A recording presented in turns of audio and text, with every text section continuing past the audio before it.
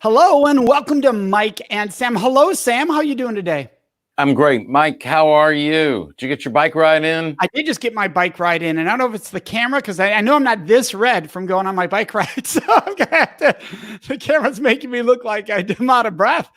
It's technology today. Every time you turn something off and turn it back on, it seems like it's different. I don't know what that is. Yeah, you and I just went through that, so totally get that. But you gotta believe in these moments. You gotta trust you don't look that way. You have a little belief in yourself that you look normal, and I think that's what we're going to talk about today. Believing in yourself. There's a term in our industry, in speaking, and a lot of professional industries, where an individual helps others, and it's called the imposter syndrome. Mm-hmm.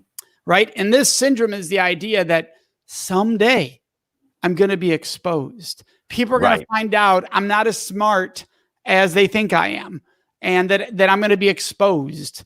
And it's a real thing that people struggle with, that a lot of professionals struggle with. And by the way, people in all different positions I've heard struggle with this.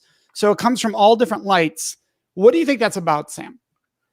I think there's so much about human nature that applies to all of us, and I think we're really very, very similar. Not just you and I, but literally all people. I did a program once, and there were two women in a breakout group, and I asked them after the little exercise that I led them through. I said, "What'd you discover? What'd you experience?" And the one woman said, "I learned that I had the same fears as she does."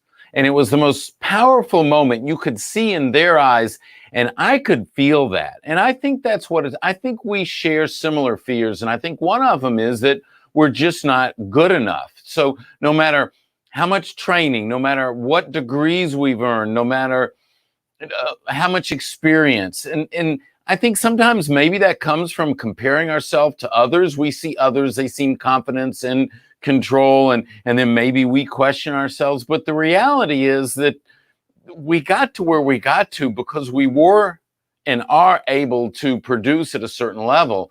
And when we get bogged down in that fear that we're not good enough, that someone else may be better, that we come up short, then everything comes to a screeching halt. And that's something we have to fight against. Yeah, it's amazing how quickly we can forget the last person you helped. Right. So you just got maybe a week ago, you got an email or somebody saying, "Oh my gosh, your work, what you've taught has transformed my life." And then 4 days later, you said, is anybody really going to want the stuff I have? Is anybody really going to use this? It's amazing how fast we can go from here to here about our own self-value. And the interesting thing is that is so on target, but where did that change happen? In the physical? I guarantee what it is. I think I believe. But what I'm getting at is the change happened here. It's a perception. It's a belief. And so we have the ability to either pick ourselves up or push ourselves down. And it's all going to connect back to what it is that we're thinking about ourselves and our abilities and our talents, which means we can make or break ourselves. It's not you making or breaking me. It's me making or breaking me. Yeah, absolutely. And I think one of the keys there is there's two situations that tend to make that arise. I think one, when we're not in a place of self-care, the brain is way more quickly to go to negative energy because it's not in a place of self-care. And so it's going, fatigue, not being in a spiritual or emotional or physical care, right? You're overworking, you're pushing too hard, or you're eating really poorly. You're vulnerable to these statements, to these mindsets, right? And then the other one is when you're willing to take risk, when you're willing to put something out to the world. I think these two moments are two of the most common situations where somebody is vulnerable to feeling that imposter syndrome. Well, and it's interesting. I received a card one time. It was a thank you card. And it's someone that was a friend of mine. She said, "Put that in a file." I said, "What do you mean?" She says, "Put that in a file. Keep that. You'll get others." And then on those days where maybe you're questioning yourself, maybe you're just not so sure, she says, pull that file out and read some of those notes that people are sending to you and what they're sharing about the difference that you're making in their life, or the friendship that you're sharing with them, or whatever it is. And she says that will help move you past that point really quick. And I think that was great advice. And I think that we need to take care of ourselves and have compassion for ourselves. Yeah, absolutely. And I have a folder where I keep note cards of that sort. And you and I recently discussed one that I got a couple months ago, and you were like, you gotta frame that. You got to put that up in a frame. And I could think, and in my own mind, it went, well, if somebody walks in and sees that on a frame, right? Our brain can do that so fast, and you forget, hey, no, I need a reminder. Hey, to see, it brings this all to a human life. Like, it makes it much more real when you see that. Because sometimes when we're in our line of work, we are behind a computer. We are not in front of a crowd. We don't get to see. So that makes it human, right? A doctor gets to see the patient right there heal. They get to see them live. A lot of professions, you don't get to see the after. So when the after shows up, it's really important that you allow yourself to see that and to really understand the value of that.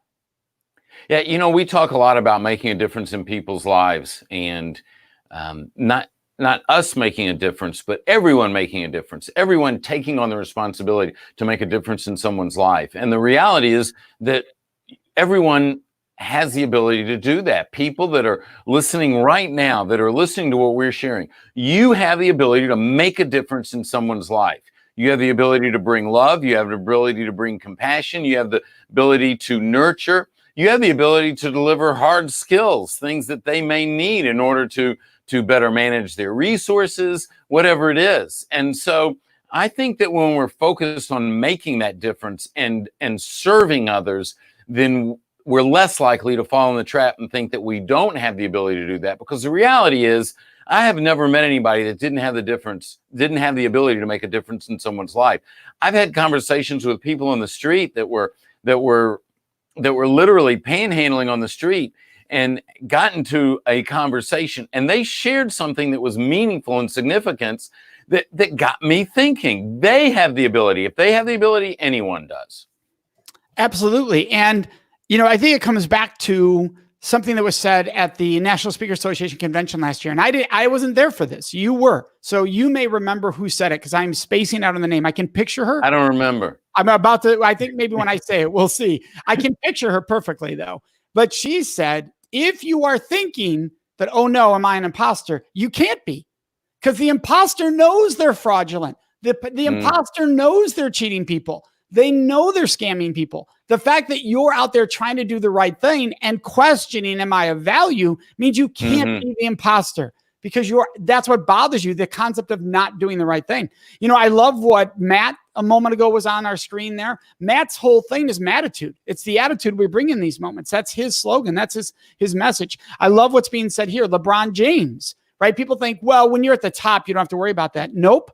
LeBron James is intentionally doing positive mental reinforcement so they can overcome this fear that this person's, heard or seen or read of LeBron James doing that. So it tells you at the highest levels this can exist. Yeah, absolutely. And it doesn't, we've worked with thousands of people inside of organizations, one-on-one, small, medium-sized groups, and I run into the same thing over and over, where someone does question themselves in that moment.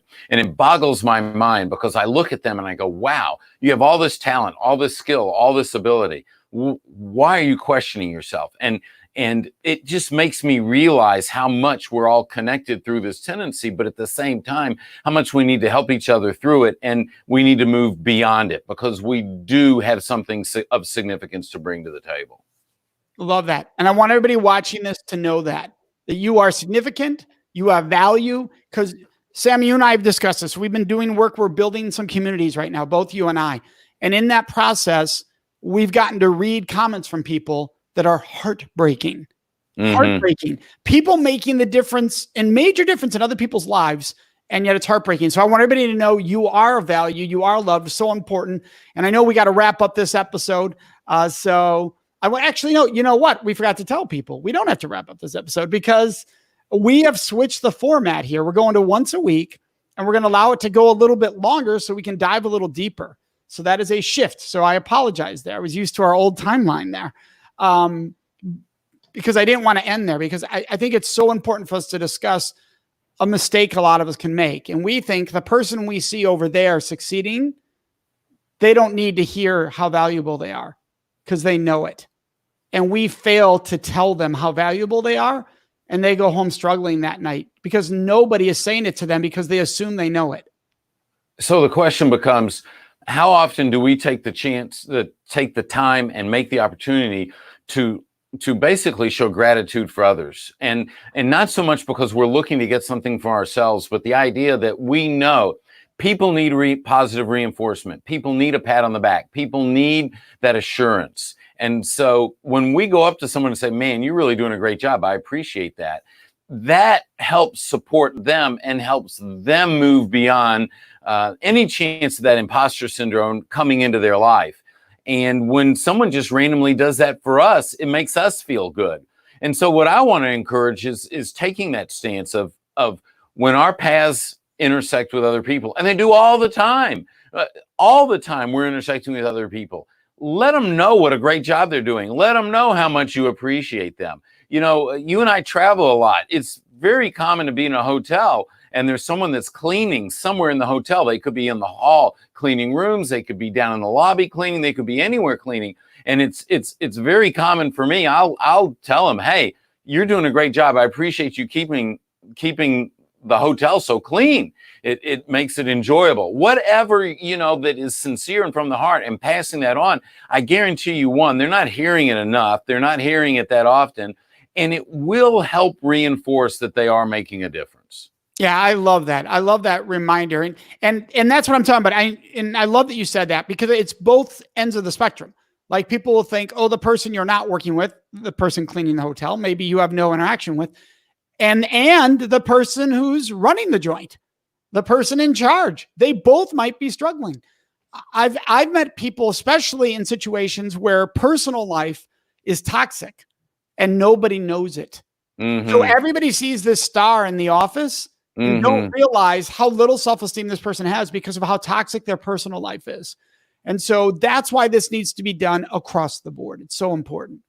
Well, and sometimes also you can compliment somebody or show appreciation for a job well done in one arena, and it'll help offset, like you mentioned, a challenge they may have in another arena. And so that gratification that you're sharing with them is going to go a long way to helping something that we don't even know is going on in their life at that moment.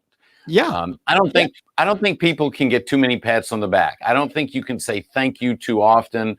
And I think that living a lifestyle of gratitude, appreciation, and sharing that with other people is going to make a big impact in their life. And let me tell you, when you pull someone up, when you help them feel better, they're going to impact the people around them in a more positive manner. And then we're basically, it's like throwing a stone into a pond. We're creating that ripple effect. And in essence, we're creating the community and the world that we want to live in. Yes, yes, yes, and yes. And this really relates to some of the work I do. And, you know, I work with people, unfortunately, trying to get people out of toxic relationship. The unfortunate, we mean that there are people in toxic relationship, not that we're trying to get them out.